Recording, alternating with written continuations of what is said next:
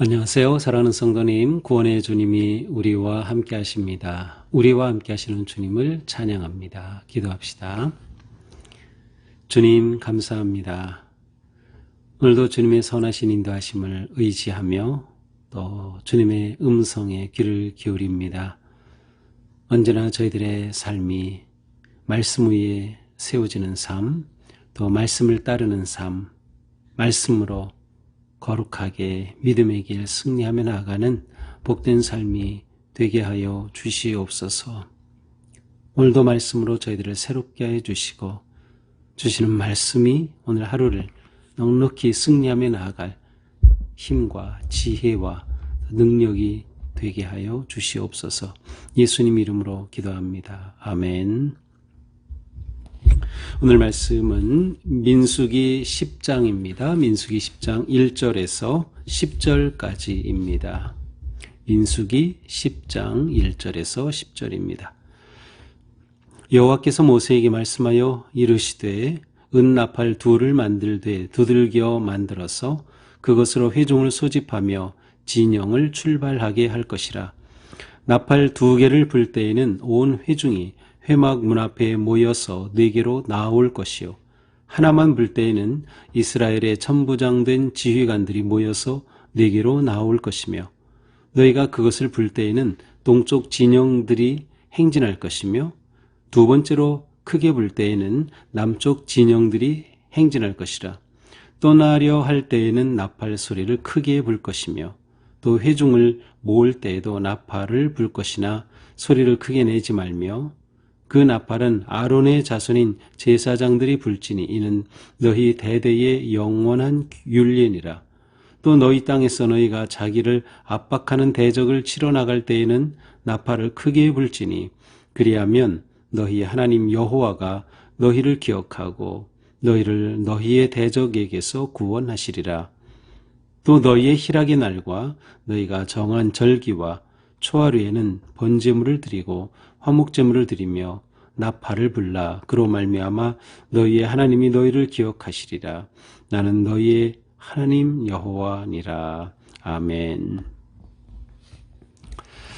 자, 어제 말씀에서는 하나님께서 이스라엘 백성들을 구름으로 인도하셔요. 그래서 구름이 머물면 머물고 이제 올라가 이동하면은 이제 구름을 따라서 이동하게 되죠.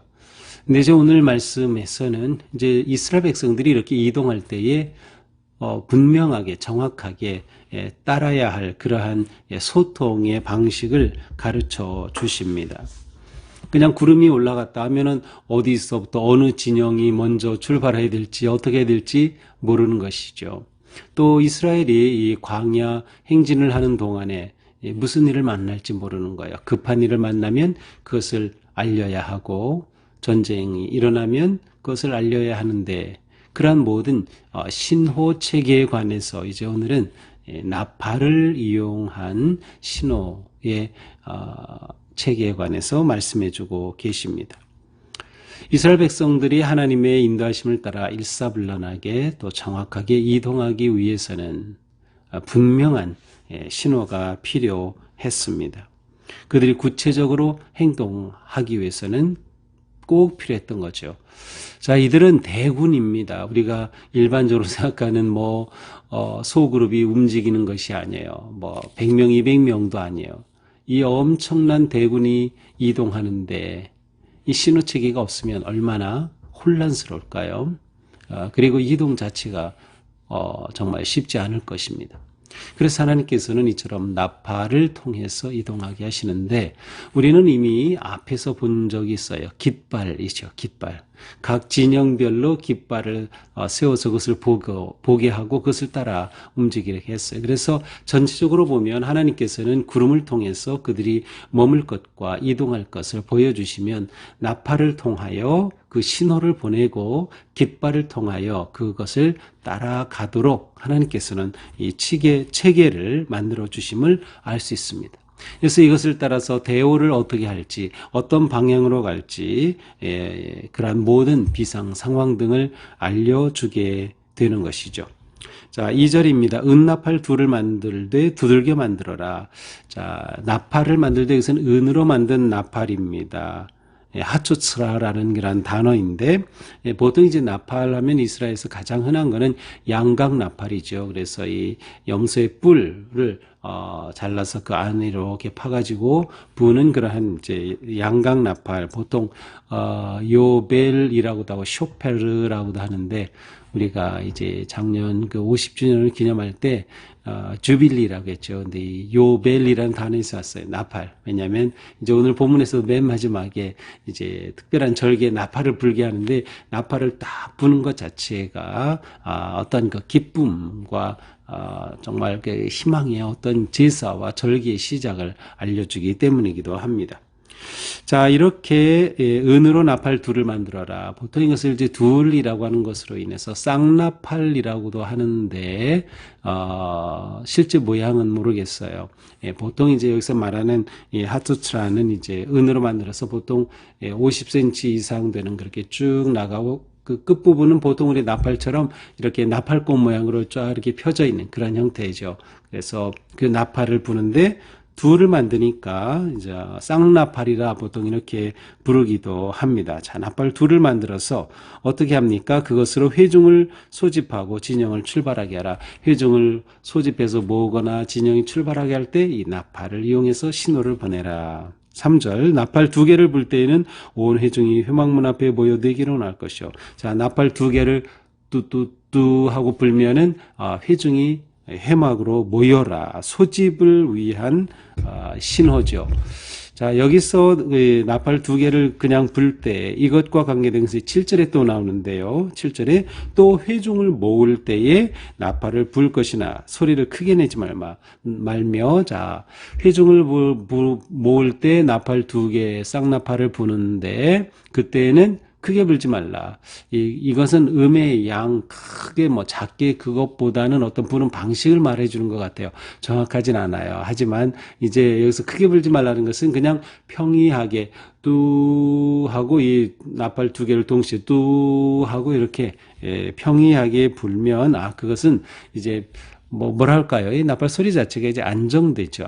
회중을 이렇게 모으라. 회막으로 모으는 그러한 신호가 된다. 또 4절에 보니까 하나만 불면, 두 개를 불지 않고 하나만 뚜 하고 불면 이때는 천부장 지휘관들이 모이도록 하라는 거죠. 여기서 천부장은 말 그대로 1000명을 다스리는 그러한 리더입니다. 그러니까 한 지파에 천부장이 여럿이 있겠죠. 이렇게 천부장 지파 안에 지휘관들을 모으는 그러한 신호를 때는 하나만 붑니다. 자, 5절, 그것을 크게 불 때에는 동쪽 진영들이 행진하라. 크게 분다라는 것은 아까 말씀드린 것처럼 소리를 크게 뭐 이렇게 내는 것은 아니에요. 이거 한계가 있겠죠. 이 나팔 소리로 신호를 보내는데 크게 한다고 해서 그렇게 뭐 크게 또 작게 한다고 해서 작게 그렇게 이 수많은 사람들이 멀리서 듣게 될 때 그렇게 구분하기는 어려울 것 같아요. 그래서 보통 에서 크게 분다는 것은 아주 세게 불대에 끊어서 부는 거죠. 뚜뚜뚜뚜뚜뚜 하면서 아주 긴급한 것처럼 세게 끊어서 부는 것. 이게 음악 그 용어에 스타카토가 있어요. 딱딱딱딱 끊어서 그렇게 하듯이 아마 그렇게 부는 것이라고 보통 보고 있습니다. 네, 그렇게 불면 이제 먼저 동쪽 진영이 행진하라. 자, 두 번째로 또 크게 불면 그다음에 남쪽 진영이, 여기까지만 나왔어요. 뭐 계속 쓸 수 있는 것을 생략한 것으로 보입니다. 그래서 세 번째로 이렇게 불면 서쪽 진영이, 네 번째로 불면 북쪽 진영이 이 서로에 따라서 출발하는 것이죠. 자, 이렇게 행진하는데 어떤 분들은 여기서 이렇게 크게 분다는 것은 이것은 굉장히 긴급한 상황이기 때문에 여기서 말하는 것은 어쩌면 이제 전쟁이 적이 쳐들어오는 것을 의미할 수도 있다. 뭐 그렇게 보기도 합니다. 자, 8절입니다. 그 나팔은 아론의 자손인 제사장들이 불어라. 이 나팔을 부는 책임은 제사장이 책임을 맡고 있어요. 그래서 제사장들은 나팔을 부는 그 책임을 맡고 있어요. 이렇게 제사장에게 맡겼다고 하는 것은 제사장의 역할은 원래 뭐죠? 그렇죠. 제사를 드리는 거. 이스라엘 백성들을 대표해서 또 위해서 함께 제사를 드리는 것이 그들의 일이었는데 나팔을 그들에게 맡겼다는 것을 보면 여기서 나팔 부는 일이 하나님 앞에 예배와 관계된 절기, 제사와 관계된 것임을 알 수 있어요. 그래서 이제 오늘 맨 마지막 절에 이 부분이 또 언급되고 있습니다. 9절 또 너희 땅에서 너희가 자기를 압박하는 대적을 치러 갈 때, 전쟁이 일어날 때 여기서는 먼저 치러 간다는 의미보다는 적군이 쳐들어와서 그것을 막으러 나갈 때 나팔을 크게 불어라. 그리하면 너희 하나님 여호와가 너희를 기억하고 너희를 너희의 대적에게서 구원하시리라. 자, 여기서 특별한 것은 이렇게 긴급하게 스타카토로 크게 탁탁탁탁 불면 야, 이게 전쟁이 일어났구나. 우리가 막으러 나가자. 뭐 이렇게 되는 것인데 여기에서 이렇게 크게 불지니 그렇게 하면 여호와 하나님께서 기억해 주시겠다는 거예요. 다시 말하면 하나님께서 그 소리를 들으시겠다는 거예요. 그 들으시고 그들을 구원해 주시겠다라고 하는 것이죠. 너희를 기억하겠다. 너희를 기억하겠다. 크게 부른 목적 가운데 중요한 한 가지입니다.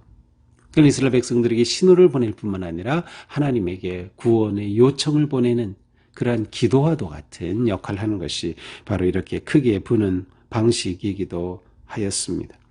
하나님이 기억하시겠다라고 하는 이 표현이 창세기에서 노아의 홍수 후에 그 하나님께서 그 무지개를 보여주시며 이 무지개는 하나님께서 노아와 맺으신 언약을 기억하시는 것이 된다라고 하셨는데 그렇다면 하나님께서는 무지개라고 하는 시각적인 것을 통해서 또 이 나팔이라고 하는 청각적인 것을 통해서 그들을 기억해 주시는 하나님으로서 그들에게 다가옵니다.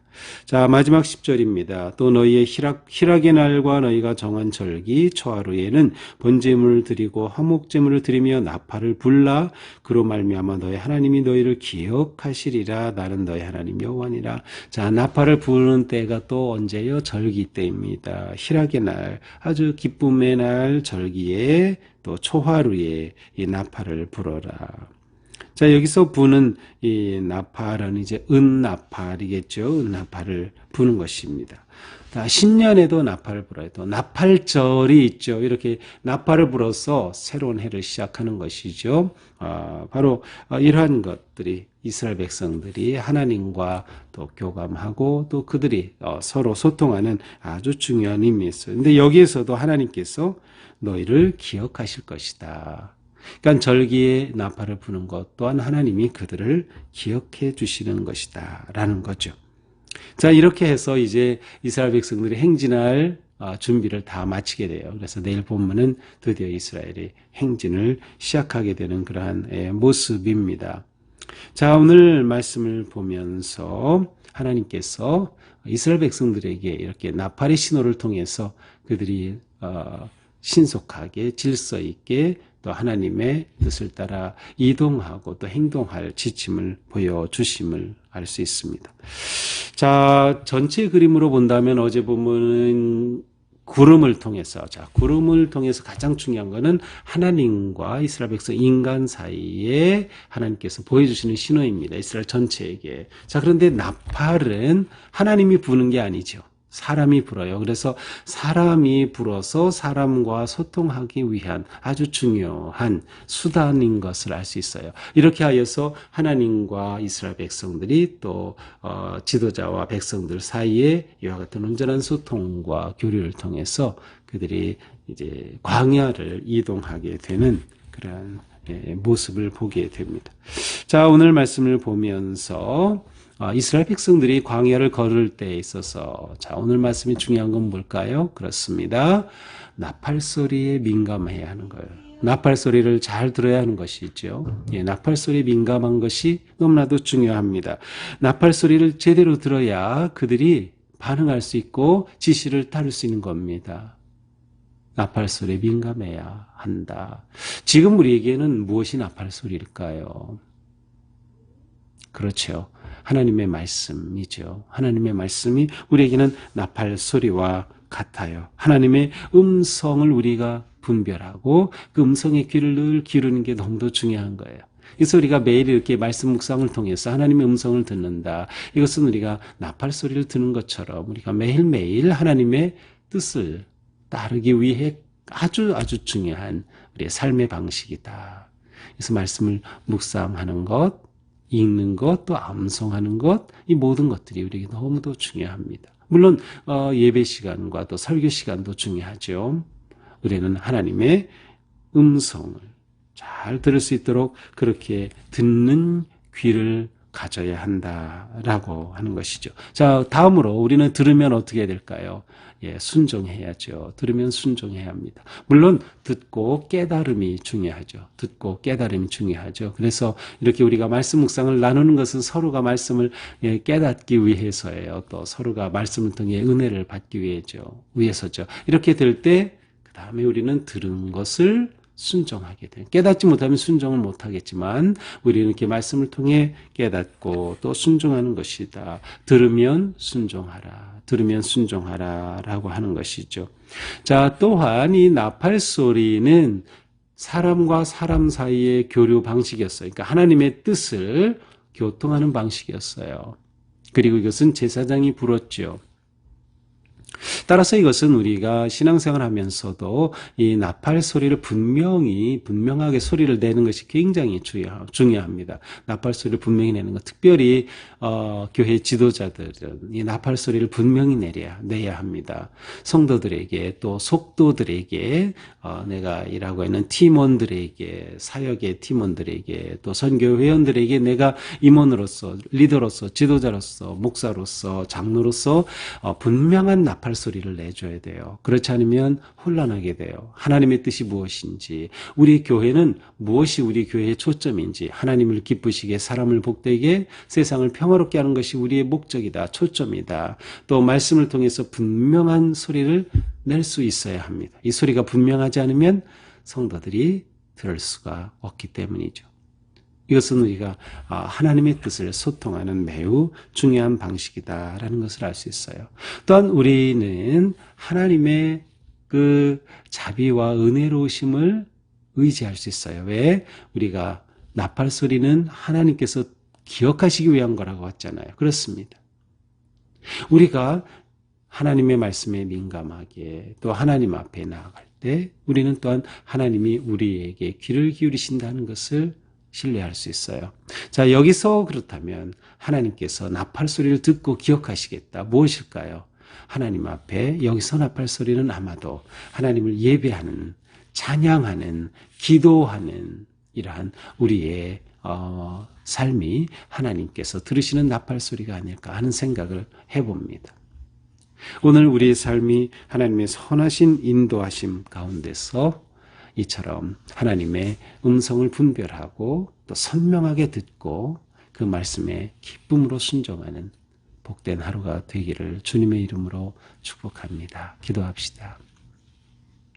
주님, 오늘도 말씀으로 저희들을 새롭게 해주시니 감사합니다. 이스라엘 백성들이 광야 생활을 할 때 분명한 나팔 소리를 들어야 했던 것처럼 저희가 오늘 하루를 사는 동안에도 그리고 저희가 이 땅에 사는 모든 인생 여정 속에서 언제나 하나님의 음성에 귀를 기울이고 또 하나님의 음성을 분별하고 하나님의 뜻에 온전히 순종할 수 있도록 저희들을 감동하여 주시고 새롭게 하여 주시옵소서. 예수님 이름으로 기도합니다. 아멘. 네, 오늘도 주님의 은혜 안에서 우리가 하나님의 음성에 귀를 기울이고 기뻐하며 복된 삶 승리하기를 축복합니다. 사랑합니다.